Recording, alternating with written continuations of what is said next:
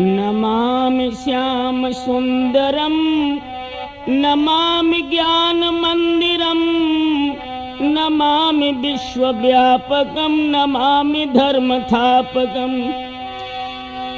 नमामि देवरंजनम नमामि गर्भगंजनम नमामि सौख्यदायकम नमामि लोकनायकम। गरुड़ सवारी छोड़ी गज की पुकारों पर और जनता की टेरों पर जान की बिसारी है। भनत विनीति भूल रीत नीति बल द्वारे और सबरी के बेर बने त्यों ही रुचिकारी है। छाछ पे नचाते नाच छोरी और छोरे जिन्हीं उलझे ही उन्हीं में जो विश्व अधिकारी हैं। जानने वाले हो तो जान जाए इतने में अरे कृष्ण भगवान भक्ति भाव के भिखारी हैं। उपस्थित समृद्ध आदर के योग्य हमारे बुजुर्गों, प्यार करने योग्य बख्शो, मातृशक्ति, आज हम राठौर कैसेट के माध्यम से योगी राज भगवान श्री कृष्ण का वृंदावन से मथुरा गमन किस तरह से हुआ और किस तरह भगवान कन्हैया मथुरा पहुंचकर कंस का वध करते हैं, ये मथुरा गमन की पावन गाथा हम राठौर कैसेट के माध्यम में गा रहे हैं। तो आ जाइए भक्तों, दो पंक्तियां परब्रह्म परमात्मा के साक्षात अवतार भगवान श्री कृष्ण के कदमों में प्रस्तुत हैं कि नैनों बस जाकर समा रहो उन मन मोहन के चरणों में।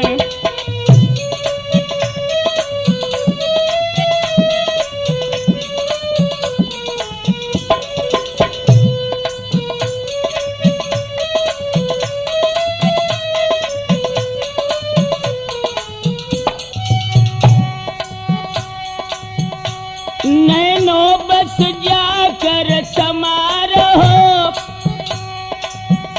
उन मन मोहन के चरणों में। ओ सुरजन गिर कर ऊंचा हो उन मन मोहन के चरणों में।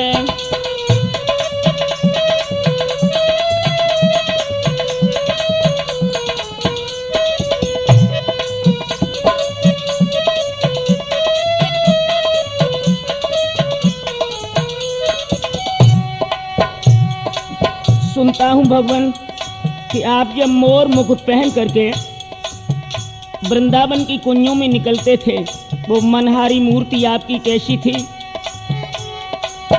वह मोर मुकुट सावरी भवन वो अलक झलक घुंघराली है।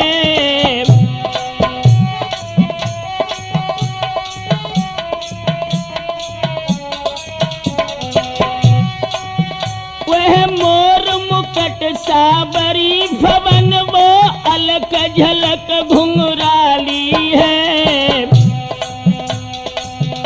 फेहरान ललित पीतंबर की उन मन मोहन के चरणों में।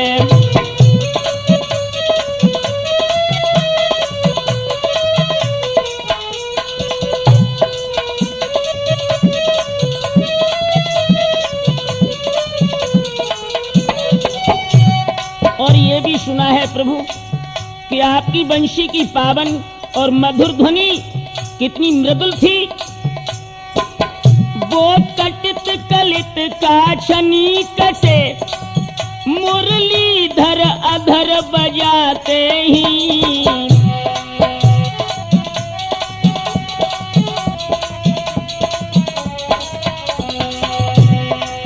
कट कलित कछन काछनी कसे मुरलीधर अधर बजाते ही। उस मनहारी मन मूरत पर है नमन आपके चरणों में।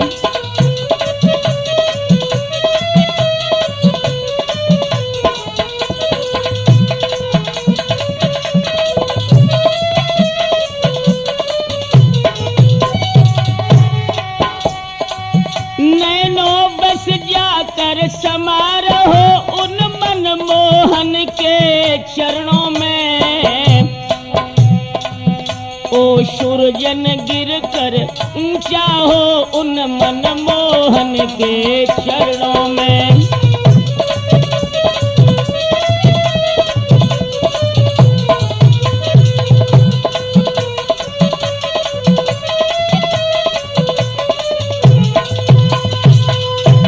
ध्यान रहे भक्तों, इधर यदा यदा हि धर्मस्य ग्लानिर्भवत् भारते अभ्युत्थानम् अधर्मस्तदात्मानं सृजाम्यहम्।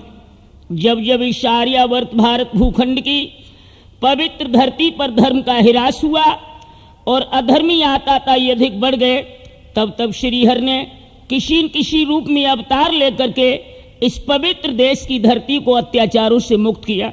दोस्तों, द्वापर युग के अंतिम चरण में जब महाराज कंस के अत्याचारों से सारा भारतवर्ष बेचैन था, उधर 16 कला से भगवान कन्हैया ब्रज में अवतार ले चुके हैं। राजा कंस जिस दैत्य को भेजता है प्रभु उसे जिंदा नहीं छोड़ते हैं। और दोस्तों, ये भी याद रहे कि ज्यों ज्यों यादव चंद्र का हुआ चंद्र चौचंद्र, त्यों त्यों खलमत मंद का हुआ सितारा मंद। जैसे जैसे भगवान कन्हैया के जीवन का चांद शुक्ल पक्ष के पूर्णिमा की ओर बढ़ रहा है, वैसे ही वैसे राजा कंस के हृदय का सितारा मलिन पड़ रहा है। एक दिन देव ऋषि नारद का पदार्पण जब महाराज कंस की सभा में हुआ, तो कंस राज ने देव ऋषि नारद का स्वागत किया कि आइए देव ऋषि नारद, शैले शैले न मारिक्यम मोक्तिकम न गजे गजे, साधवो नहीं सर्वत्र चंदनम न बने बने। आप जैसे संत का दर्शन बड़ी तकदीर बस होता है। आओ प्रभु आसन ग्रहण करो। जब नारद जी आसन पर बैठ गए तो पूछने लगे कि कहो महाराज कंस, श्री कृष्ण के विषय में तुम्हारा विचार क्या है? तो कंसराज ने कहा कि हे देव ऋषि, समझ में नहीं आता कि नंद राय के बच्चों ने हमारी रातों रात की नींद हराम कर दी। मैंने बड़े बड़े बहादुर दानव भेजे, लेकिन कोई भी आज तक वृंदावन से जिंदा लौट के नहीं आया। इन नंद राय के पुत्रों को हम कैसे मरवाएं, ये बात हमारी समझ में नहीं आती। तो भक्तों, उसी वक्त देव ऋषि नारद ने जिस बात के ऊपर पर्दा पड़ा था उसे उठाया और कहा कि राजन, तुम अभी तक गुमराह रहे, क्यों?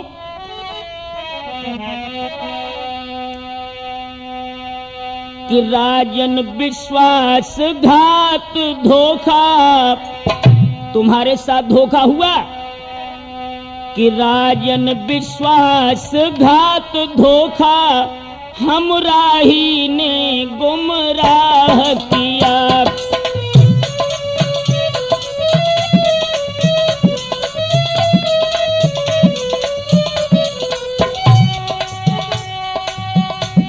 राजन विश्वासघात धोखा, हम राही ने गुमराह किया। घर का भेदी वसुदेव बना, जिसने लंका का दाह किया।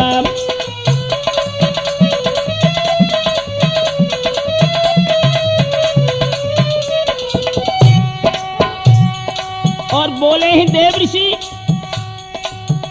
राजन ये है षड्यंत्र घोर, जो तेरे सिर पर बीता है। दरअसल तेरे बहनोई के कारण दुश्मन तेरा जीता है।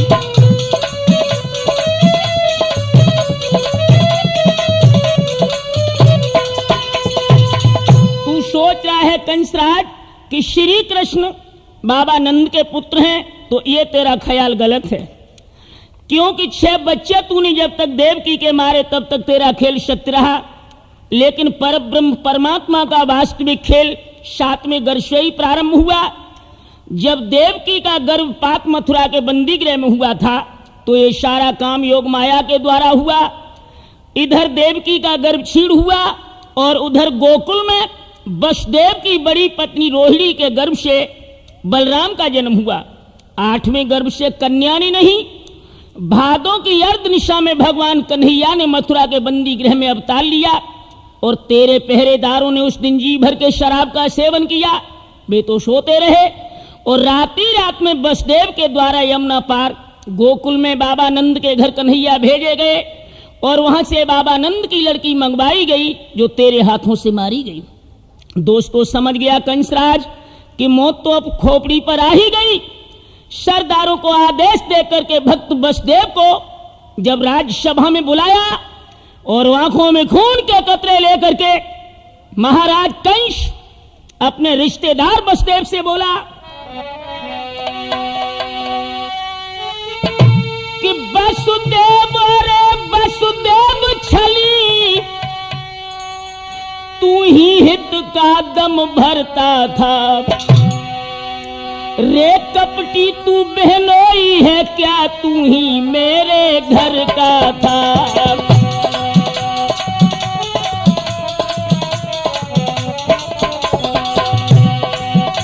थोड़ा सा लालच दे करके हर लिया माल सारा पापी। हाँ हाँ सौगंधे खा खा कर मुझको मिलकर मारा पापी।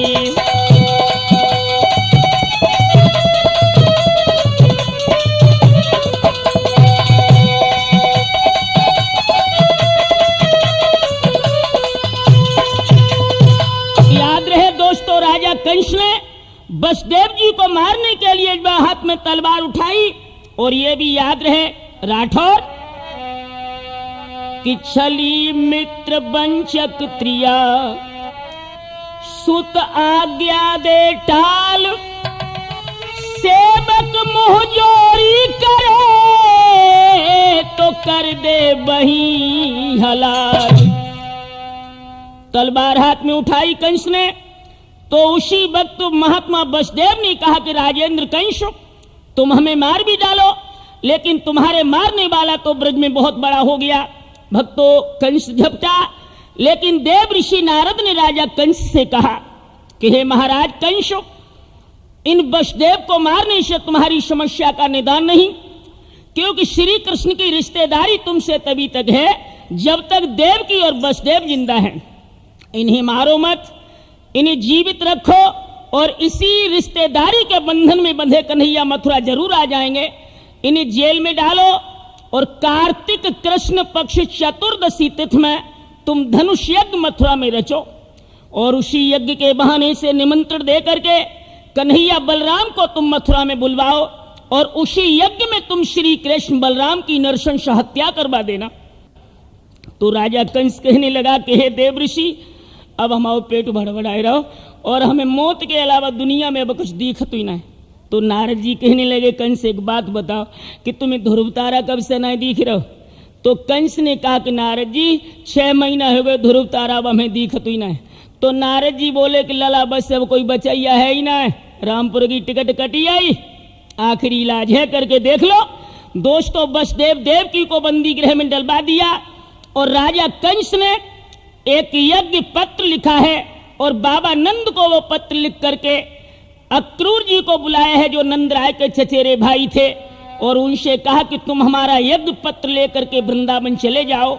तो समझ गए अक्रूर जी कि पापी कंस ने कभी इतने प्रेम से श्री कृष्ण बलराम को बुलाने की इजाजत नहीं दी थी। नीच की नबन हमेशा दुखदाई है। तो दोस्तों याद रहे, अक्रूर जी ने कहा कि राजन में जाऊंगा तो जरूर, क्योंकि मैं आपका नौकर हूं, लेकिन मैंने आपका जो नमक खाया है इस नाते से मैं आपको एक सलाह देना चाहता हूं कि सियार की जब मौत आ जाती है तो बीहड़ इलाका को छोड़कर गांव की दीवारों के पास आता है।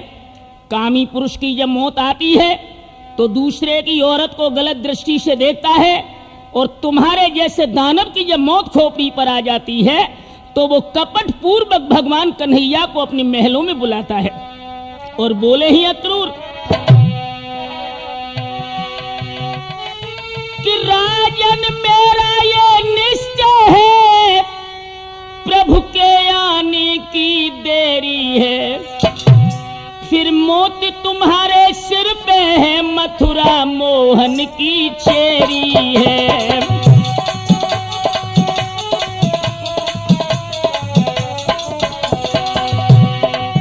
अरे मौत तुम्हारे जो सिर पे है,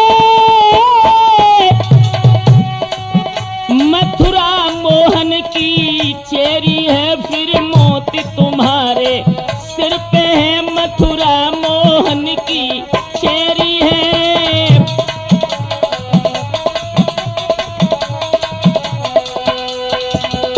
भाइयों याद रहे, राजा कंस नहीं माना और मजबूर होकर के अक्रूर जी को वो यज्ञ पत्र लेकर के मथुरा से वृंदावन धाम के लिए जाना पड़ा।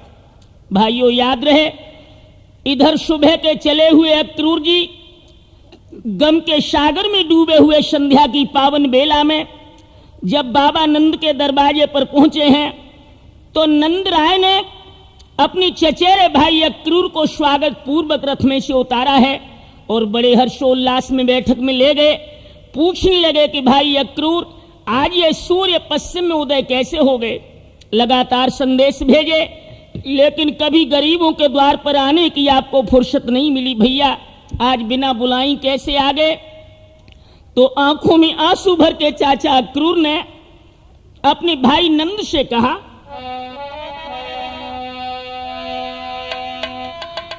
अरे कंस राजनी न्यू तो दे वृंदावन हमें पठाओ। भैया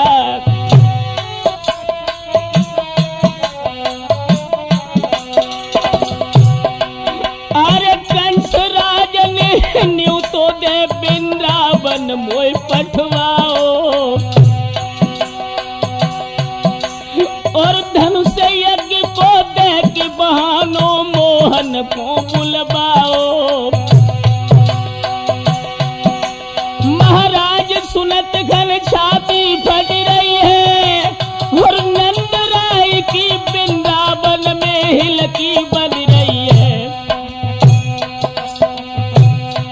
भैया घुटवन में सर देखी नंद महलन में रोबत हैं, यारो पेट पकड़ के बाबा आंगन में रोबत हैं। भैया पेट पकड़ के नंद राय आंगन में रोबत हैं।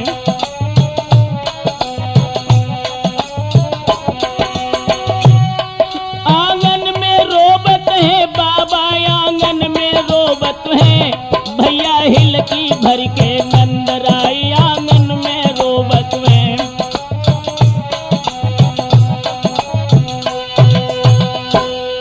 नौजवान साथियों, जब बाबा नंद ने ये सुना कि अक्रूर जी श्री कृष्ण और बलराम को लेने के लिए मथुरा धाम से आए हैं, तो आंखों में आंसू भर करके बाबा नंद पेट को पकड़ के धरती पर बैठ गए और बोले हैं कि हे भाई अक्रूर, बड़ा सुंदर होता कि इस खबर से तुम हमें मौत की खबर दे देते। हे भैया अक्रूर, ये सारी जागीर वृंदावन में जितनी धन दौलत है वो आप अक्रूर कंस को दिलवा दो, लेकिन मेरे बच्चों को मथुरा ले जाने की बात मत कहो। और बोले हैं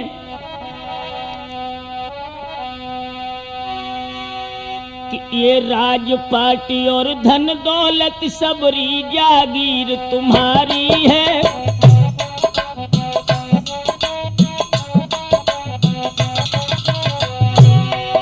भैया ये राजपाटी और धन दौलत सबरी जागीर तुम्हारी है, मोहन को मथुरा ले जाइयो, ये बाबा नंद भिखारी है।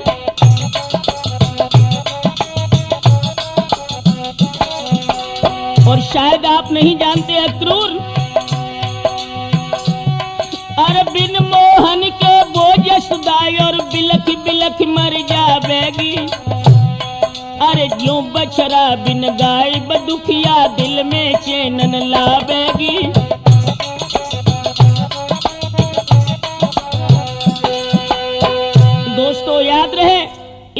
बाबा नंद रोने लगे हैं। और उधर मैया जसोदा ने जब सुना कि कन्हैया को लेने के लिए अक्रूर जी मथुरा धाम से आए हैं, तो मैया जसोदा को तो जब मालूम पड़ी दोस्तों कि सारा संसार ही अंधकार में डूब रहा, पेट को पकड़ के वो दुखिया महलों में बैठ गई और छाती पीट पीट करके मैया जसोदा रोने लगी। अरे सुनी कंस की बात बिकल भव गात के भव सना को, मन पेट में मारी छुरिये रे के हुई आए गमा को।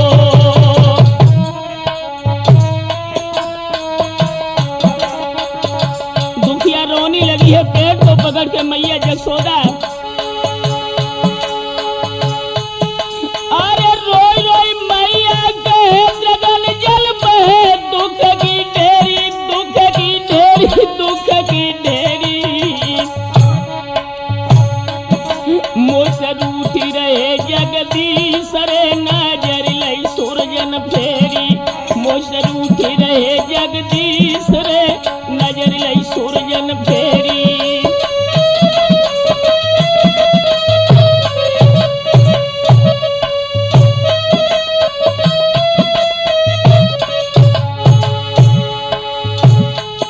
अरे जब कर रुदन मात सरपट के धरती फटे पवन चकराई, और वृक्ष सबई पतझड़ कर बैठे गिर गए सकल फूल कुमिलियाई।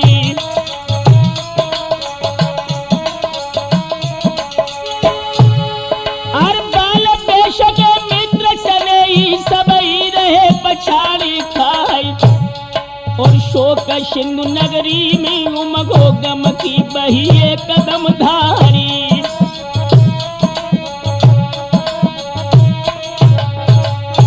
भैया पेट पकड़ के मैया आंगन में बिलखते है, राठौर पेट पकड़ के दुखिया जब आंगन में रोबते है।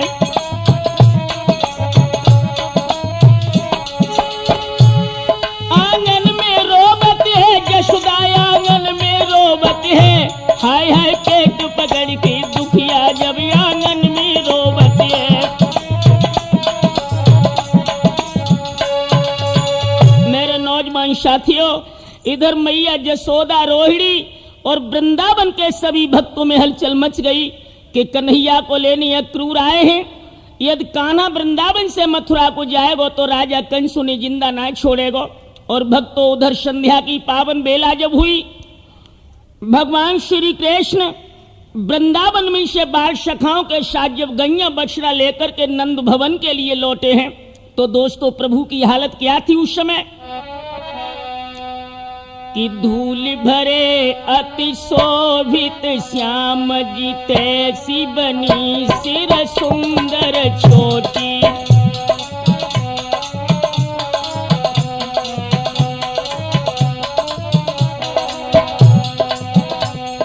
खेलत खात फिरी अंगना, पग पैंजनी बाजत पीरी क छोटी।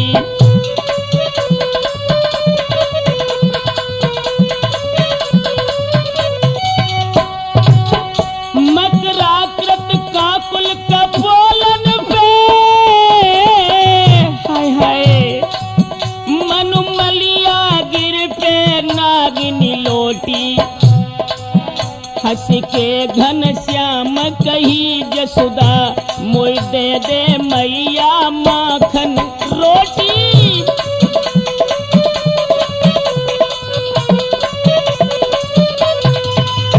दोस्तों, इधर प्रभु अपनी ग्वालों के साथ में लौट करके जब आए हैं नंद भवन में, मैया जसोदा से माखन की मिश्री की मांग करने लगे हैं।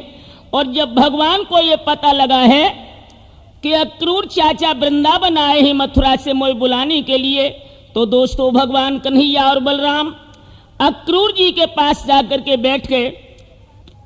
बलराम जी पूछने लगे, कहो चाचा जी सब कुशल तो है? तो भगवान कन्हैया बोले, दाऊ हमें आपकी बात अच्छी नहीं लगी। क्यों?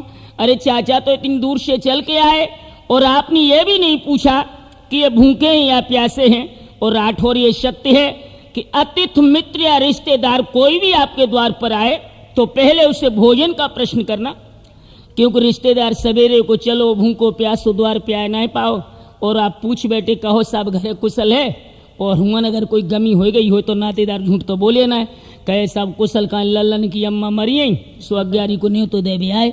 अब घर में रोआ पीटी मची और नातेदार सवेरे को चलो द्वारा भूखो बैठो। इसलिए दोस्तों नीति ये कहती है कि रिश्तेदार या मित्र कोई भी आए तो उसे पहले भोजन का प्रश्न करो। जब भगवान कन्हैया ने अक्रूर जी को भोजन करा दिया उसके बाद में कुशल प्रश्न किया है कि कहो चाचा श्री मेरी मैया देवकी और मेरे पिता वसुदेव कुशल से तो रहते हैं, आपका चित्त तो प्रसन्न है, उस पापी कंस के राज्य में आप जीवन किस तरह काटते हो। तो अक्रूर जी ने कहा कि बेटा कृष्ण कुशल तो वहां है जहां पर कृष्ण है और जहां कृष्ण ही नहीं वहां कुशल का प्रश्न ही नहीं। मेरा निवास मथुरा में ठीक उसी तरह से है जैसे लंका में विभीषण का निवास था। जिस तरह 3200 दांतों के बीच में जीव रहती है उसी तरह हम खल मंडल में निवास करते हैं। बेटा आज भी फुर्सत नहीं थी लेकिन पापी कंस ने यज्ञ पत्र भेज करके मुझे यहां भेजा है और बेटा तुम दोनों को उसने भले के लिए नहीं बुलवाया। दोस्तों ये सारा दुखद समाचार पूरे वृंदावन में फैल गया कि भगवान कन्हैया कल अक्रूर जी के साथ रथ में बैठ करके मथुरा चले जाएंगे।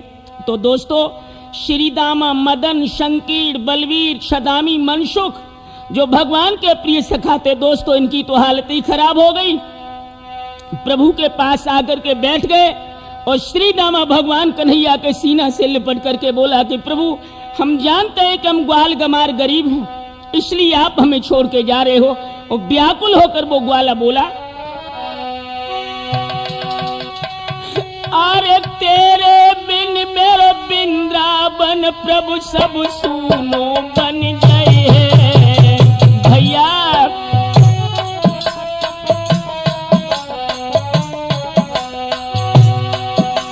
यमुना तट के काली देह पे अब खो जाए खेल रचे है। महाराज हमारे उठत पेट में आग और बिना तुम्हारे वृंदावन को गुल हुई जाए चिराग। मोहन तेरे बिन मेरे वृंदावन में आग सी लग जाए। कान्हा तेरे बिन मेरे वृंदावन में आग सी लग जाए। मोहन तेरे बिन जा वृंदावन में आग सी लग जाए।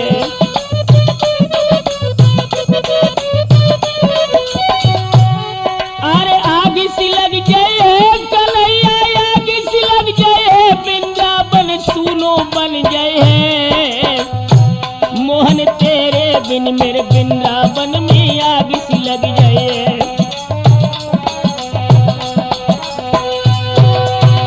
भक्तों याद रहे भगवान कन्हैया के पास में सभी बैठे ग्वाला रो रहे हैं।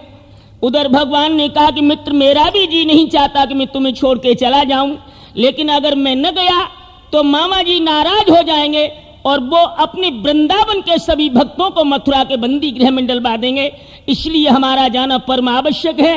इस तरह भगवान कन्हैया अपने ग्वालों को समझा रहे हैं कि मित्र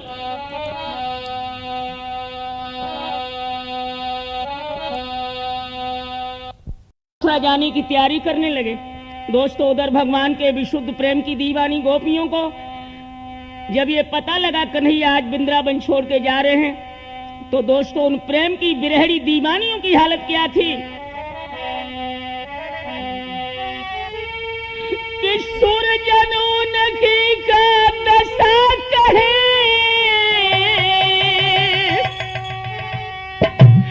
जो प्रेम बिरह की मारी है। मुखड़ा से आग बरस रही है आँखन से आंसू जारी है।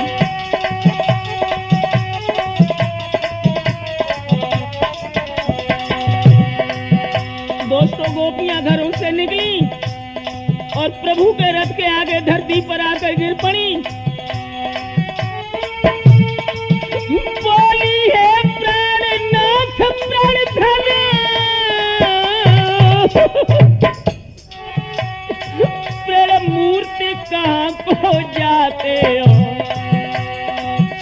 ब्रज के मल्लाहात देखे नैया मझधार डुबाते हो।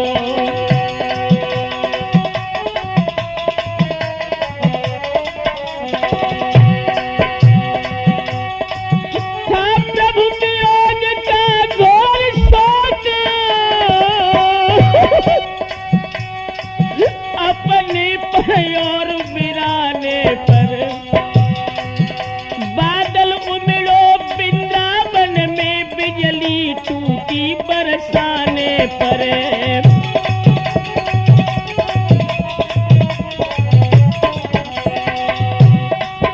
बादल उमड़ो वृंदावन में, अरे दैया बिजली टूटी बरसाने पर। बादल उमड़ो वृंदावन में, बिजली टूटी बरसाने पर।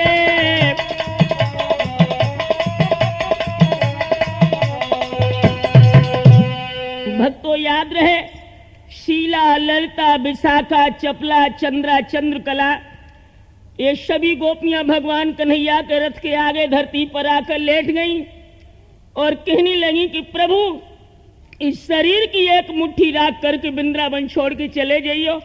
जब तक शरीर में प्राण है प्रभु, तब तक हम वृंदावन से तुम्हें मथुरा नहीं जाने देंगे। दोस्तों, आंखों में आंसू भरे थे, गोपियां प्रभु के आगे रो रही थी। तो ललिता नाम की गोपी बोली कि बहनों, दोस्त कन्हैया को ना है, ब्रह्मा बड़ा मस्करा निकलो जो जब पापी को नाम अक्रूर रख दे। अरे ये अक्रूर नहीं, ये तो पक्का क्रूर है। अगर ये अक्रूर रथ लेकर के यहां ना आता तो अपनी कन्हैया वृंदावन छोड़ के मथुरा कभी नहीं जाते। तो शीला कहने लगी, जी दोस्त अक्रूर को काहे को दे रही, जब अपनो ही दाम खोटो है तो परखैया की गलती का है। जिज्जी हर रंग पे रंग चढ़ियो, लेकिन करियन पे आज लोकाओ को रंग ही नहीं चढ़ पाओ। जब करिया के पीछे सब चोला सूख सूख के करिया परियो तो जो करिया पौना है भाव। भगवान कन्हैया कहने लगे, गोपियों तुम तो तिल का पहाड़ बना रही हो, मैं सदा के लिए वृंदावन धाम ना छोड़ रहे हो। मामा कंस को मैं धनुष यज्ञ देख करके परसों वृंदावन जरूर लौटूंगा। तो ललिता ने कहा कि बहना, परसों की बरसों भले बीत जाए, अब जो करिया लौट के वृंदावन में कभू ना आए। जिन गुणों से बस में होता है वे सभी गुण मथुरा की गोपियों में हाजिर हैं। दीदी, अब तो जीवन की केवल एक मंजिल है कि इन प्रभु का जी भर के दर्शन कर लो। ये मधुर मूर्ति मोहनी छटा अब हम तुम्हें देखने के लिए लौटकर वृंदावन में पुनः नहीं मिलेगी। बोली है ललिता कि चलती बिरिया नजर भर के देख ले, चलती बिरिया नजर भर के देख ले, चलती बिरिया नजर भर के देख ले।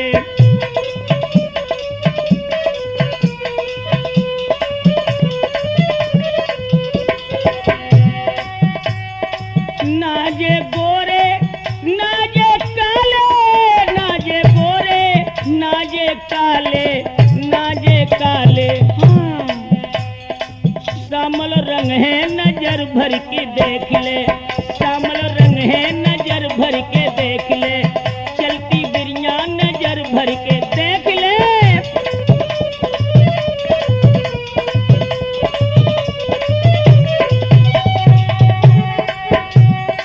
गोपी ग्वाल सब रोबत ठाड़े,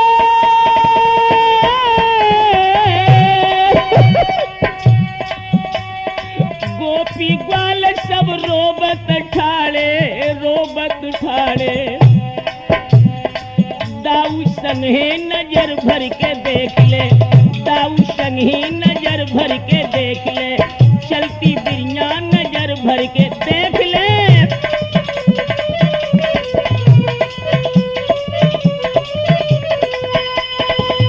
भक्तों याद रहे, सभी गोपियां भगवान के रथ के आगे कोई धरती पर पड़ी है।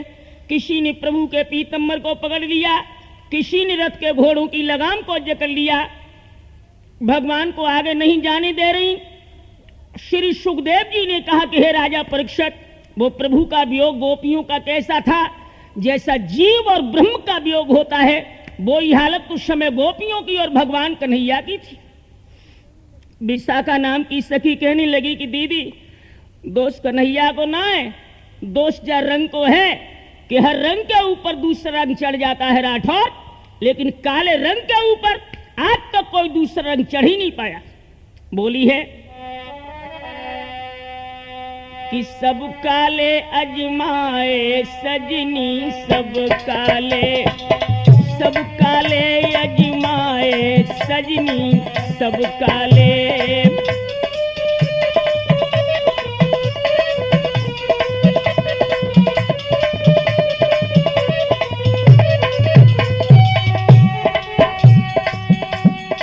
कोयल के सुत कागा पाले। ध्यान देना, कोयल जब अपनी बच्चे को पालती है तो कौआ के डर के मारे अपना अंडा कौआ के घोंसला में रख देती है, और मूर्ख कौआ सतीश उसे अपना समझ के पाल लेता है। कोयल के सुत कागा पाले, प्यार दो भरपूर।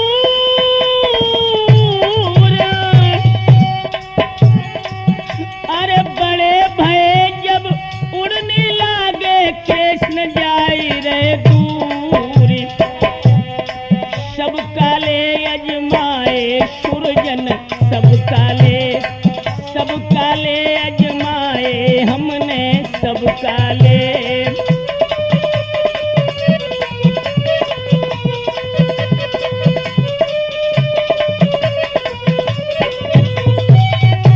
और पुनः एक नजर फिर से काले रंग पर। कालो भ्रमर बशत बगिया में, अरे फूलन भ्रमर रे।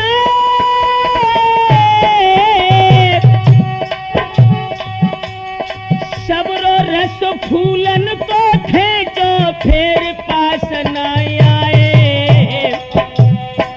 सब काले अजमाए सजनी, सब काले अजमाए हमने, सब काले।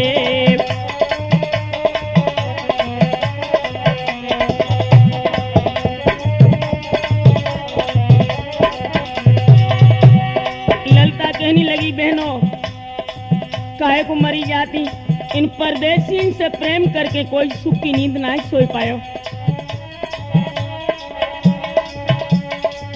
अरे परदेसिन की प्रीत फूस की तपनी, चैन दियो कले जो चीरियो तिनाई अपनी। बिहार रहे राठौर।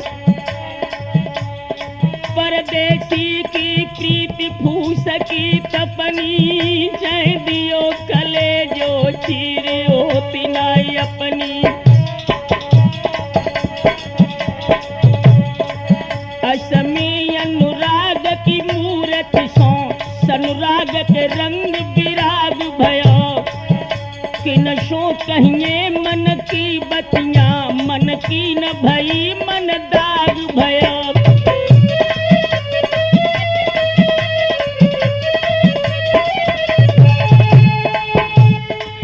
कछु हाथ लगो हर गाछर में, सुरजन तेरो दुर्भाग भयो। कहबे में हंसी, सुनबे में हंसी, सपने सो बहन प्यार भयो।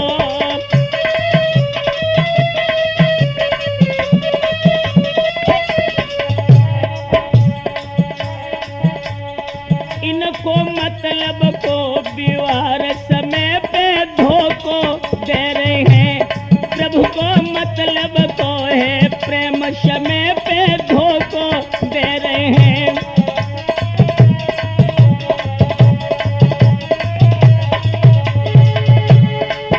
अरे धोखो दे रहे हैं कन्हैया, धोखो दे रहे हैं। इनको मतलब को है प्रेम समय पे धोखो दे रहे हैं।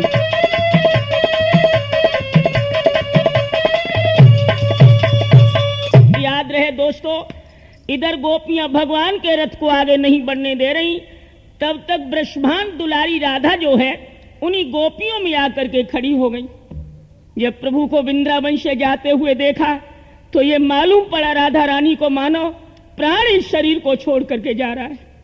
राधा ने भगवान की ओर देखा, आंखें आंसुओं से भर गई थी।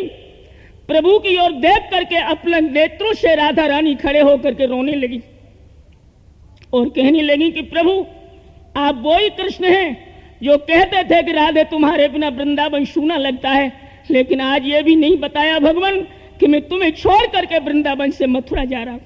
हे कन्हैया, मैंने सोचा था क्या और आप निकले क्या। श्याम दिल के कन्हैया दिल के बड़े ही कठोर निकले, चोरा चोरी चल दिए बड़े चोर निकले, चोरा चोरी चल दिए बड़े चोर निकले, चोरा चोरी चल दिए बड़े चोर निकले।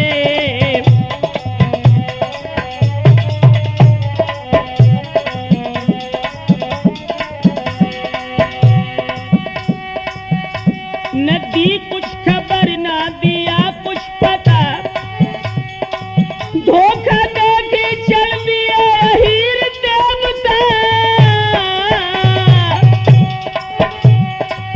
आप छलियन के बड़े शिरमोर निकले, चोरा चोरी चल दिए बड़े चोर निकले, चोरा चोरी चल दिए बड़े चोर निकले।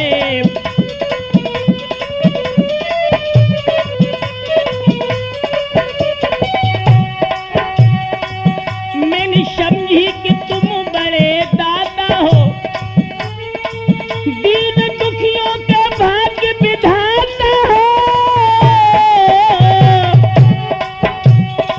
लेकिन तुम तो बड़े ही कमजोर निकले, चोरा चोरी चल दिए बड़े चोर निकले, चोरा चोरी चल दिए बड़े चोर निकले। योगी राज भगवान कन्हैया कहने लगे कि हे ब्रह्मांड दुलारी राधा, बड़े अफसोस की बात है कि साकेत लोक की योगिन होकर के तुम्हारे हृदय में ये वियोग की बात कैसे आ गई। अरे राधा, मैं तुमसे कभी दूर नहीं, केवल शरीर से तो दूर जा रहा हूं, लेकिन आत्मा से हम हमेशा तेरे साथ हैं। बोले हैं प्रभु कि मैं अब तक गोपाल कहाँ आया हूं। राधे, मैं अब तक गोपाल कहाँ आया हूं, फिर भी गोपाल कहाँ आऊंगा।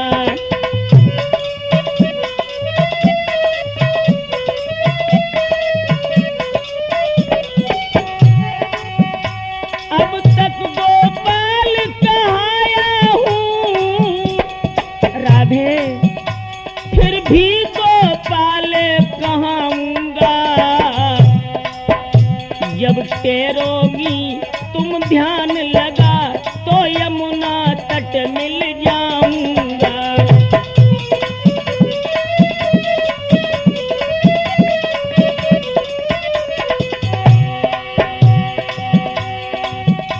धीरज से समय काट लीजो, जाएगा रोग कभी न कभी। यदि प्रेम रहो ऐसो ही तो फिर दर्शन हो कभी न कभी।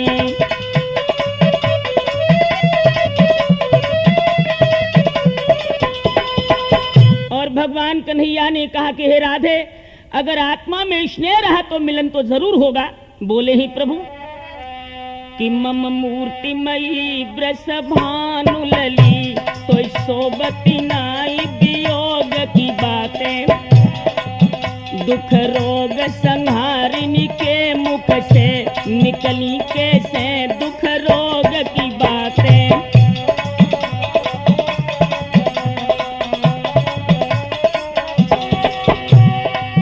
तेरो नाम जपे भव भोग कटे, सोई याद रही ये वियोग की बातें। तुम योगिनी हो सत जीवन की परित्यागो राधिका योग की बातें।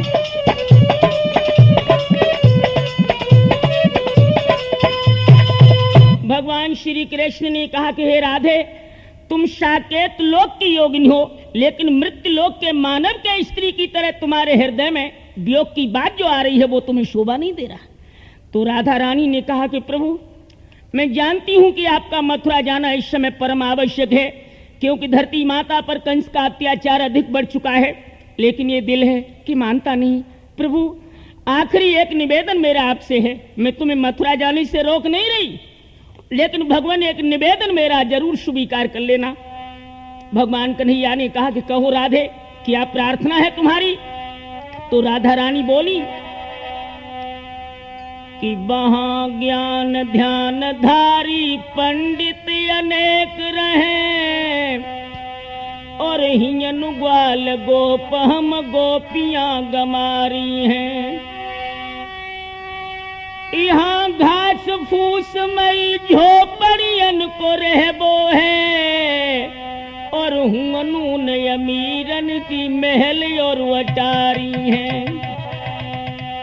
यहाँ साग पात बने इन गोपिन के हाथन से, और वहाँ सुघर व्यंजन बनावे सुंदर नारी हैं। रहियो बिहारी मन लागे तुम्हारो जहां, हमें भूल मत जइयो हम प्रेम की पुजारी हैं।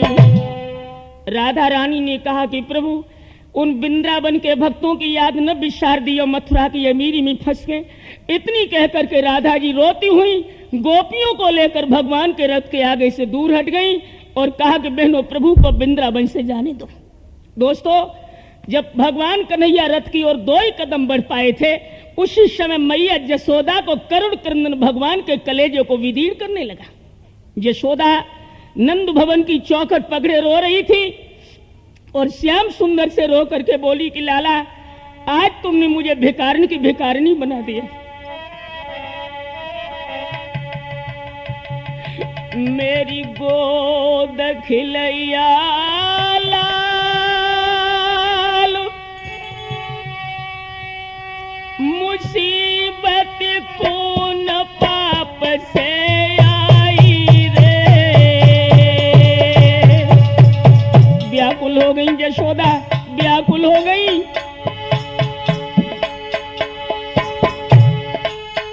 मेरी गोद खिलैया लाल, मुसीबत कौन पाप से आई रे। और ले मोहन को गोद जसोदा गैया सी बिलखाई रे।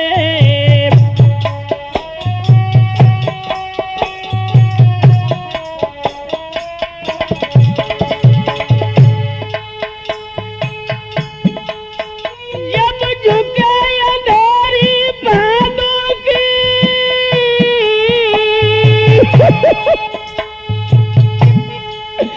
शादी से किन्हीं लगाऊंगी, और क्यों बछड़ा बिन गाय कन्हैया डहक डहक मर जाऊंगी।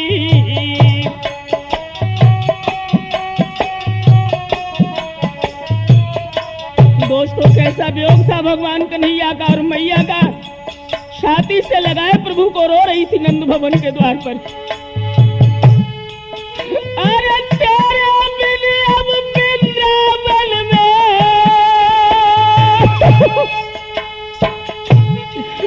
और घोर अमरिया छय रे। और उठे मेरे आंगन में अब तीन कुछ कुमर मनाई है रे।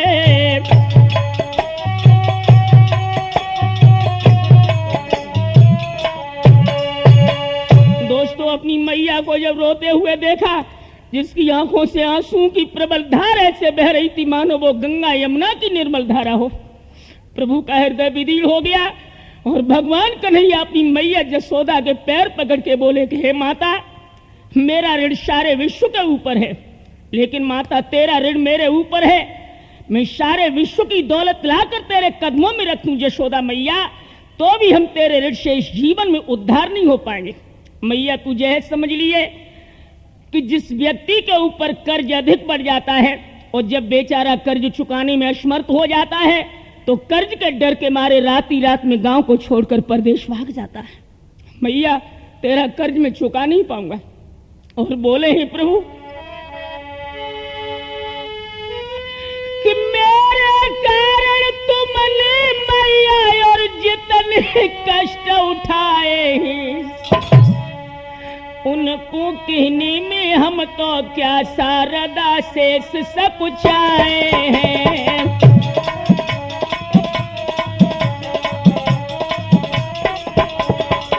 तेरे दुख का वर्णन माता शारदा और शेष नाग भी 1000 जिभ्यों से करें तो मैया तेरे दुख का वर्णन कर नहीं पाएंगे।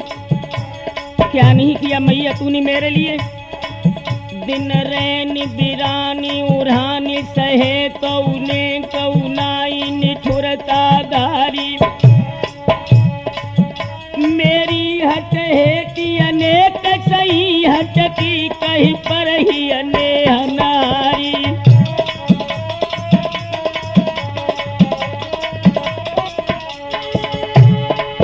जितने दुख दाब सहे मेरे हित सोनत है अब शेष पुरारी। 100 जन्म धरे तो नाई मिले हम 100 लड़का तुम सी महतारी।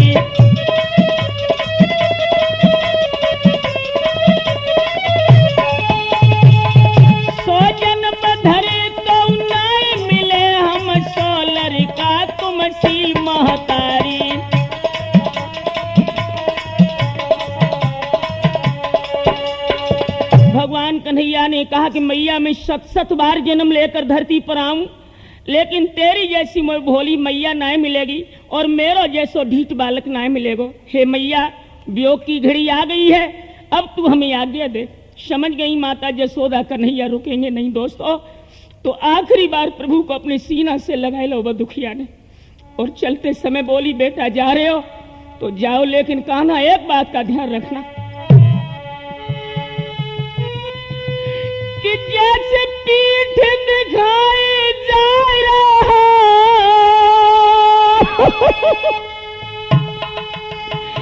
तैसे जा मुख को दिखलइयो। लाला मथुरा में फंस के मनमोहन मैया को मती भूल जाइयो। जाओ बेटा, लेकिन मथुरा की अमीरी में फंस के जब दुखिया को न भूल जाइयो।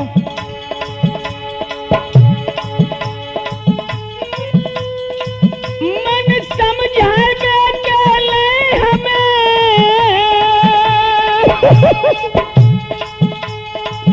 भाई प्रेम चिन्ह देते जाइयो। आदत है तुम्हें कलेबा की माखन मिश्री लेते जाइयो।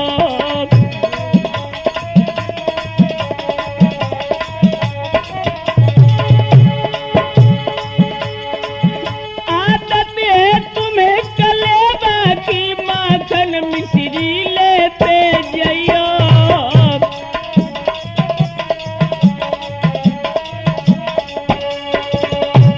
मैया यशोदा ने माखन मिश्री कान्हा को दी और कहने लगी कि लाला वृंदावन से मथुरा नगर बड़ी दूर है, अगर विलंब हो जाए तो बाबा से कह के रथ कदम की छाहन में रुकवाई लियो।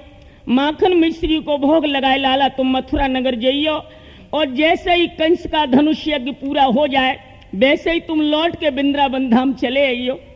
दोस्तों प्रभु मैया यशोदा से मिलकर के जब रथ की ओर बढ़े हैं, कन्हैया जब रथ में बैठ गए और अक्रूर जी से कहा कि चाचा जी अब वृंदावन का दर्द हमसे असहनीय हो गया, अब रथ को आप मथुरा के पथ पर आगे बढ़ाएं।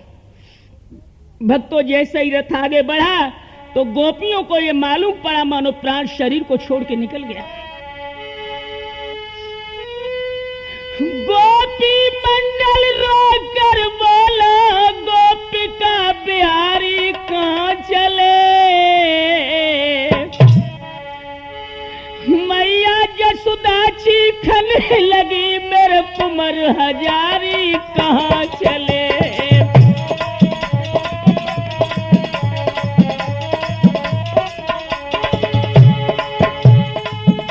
वृंदावन को बन बन बोलो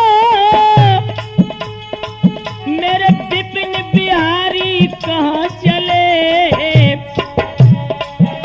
गैया रोई पक्षी चहके मेरे बंसी वाले कहाँ चले।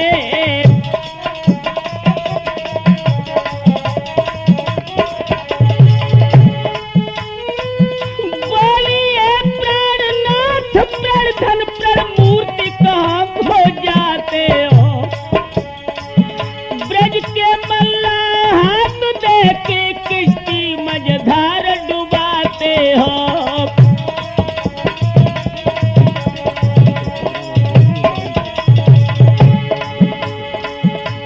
दोस्तों याद रहे इधर प्रभु वृंदावन से चल दिए हैं और भक्तों इससे अग्रिम कथा राठौर कैसेट के माध्यम से ही पुनः हमारी ईश्वर शैली में सुनेंगे कि भगवान कन्हैया किस तरह मथुरा पहुंचकर राजा कंस का वध करते हैं। बड़ा सुंदर दास्तान हम पेश अग्रिम कथा में करेंगे कैसेट के द्वारा।